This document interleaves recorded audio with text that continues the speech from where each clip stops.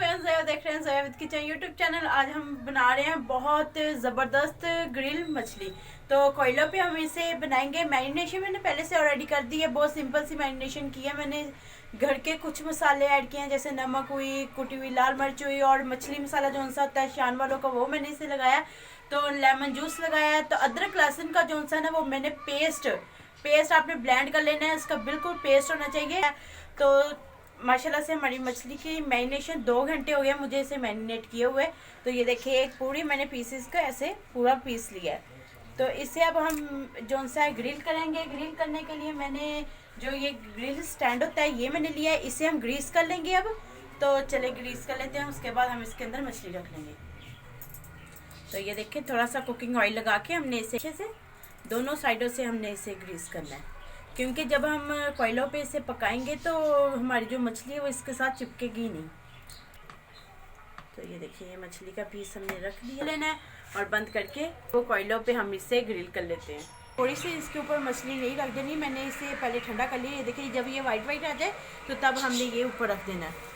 तो ये देखिए अब हमने इसे ये एक साइड से जब सिक जाएगी तब हम साइड चेंज कर लेंगे इसकी।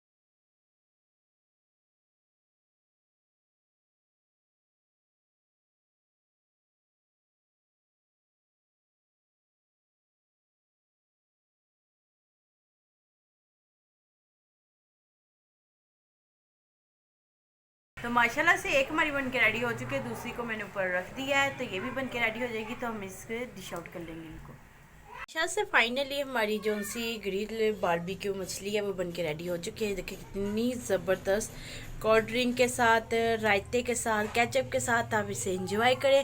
तो कर रहे हैं उनके लिए ये बहुत बेस्ट है डाइट के लिए, क्योंकि कम ऑयल में हमने इसे थोड़ा सा जो ग्रीस ही किया था ऑयल का, ऊपर से ब्रशिंग की थी। लाइक करें, शेयर करें, हमारे चैनल को जरूर सब्सक्राइब कर दिया करें और बेल आइकन को ऑन कर लें, मेरी न्यू वीडियो की नोटिफिकेशन आप तक जल्द पहुंच सके। Thank you watching my video के। अल्लाह हाफिज़।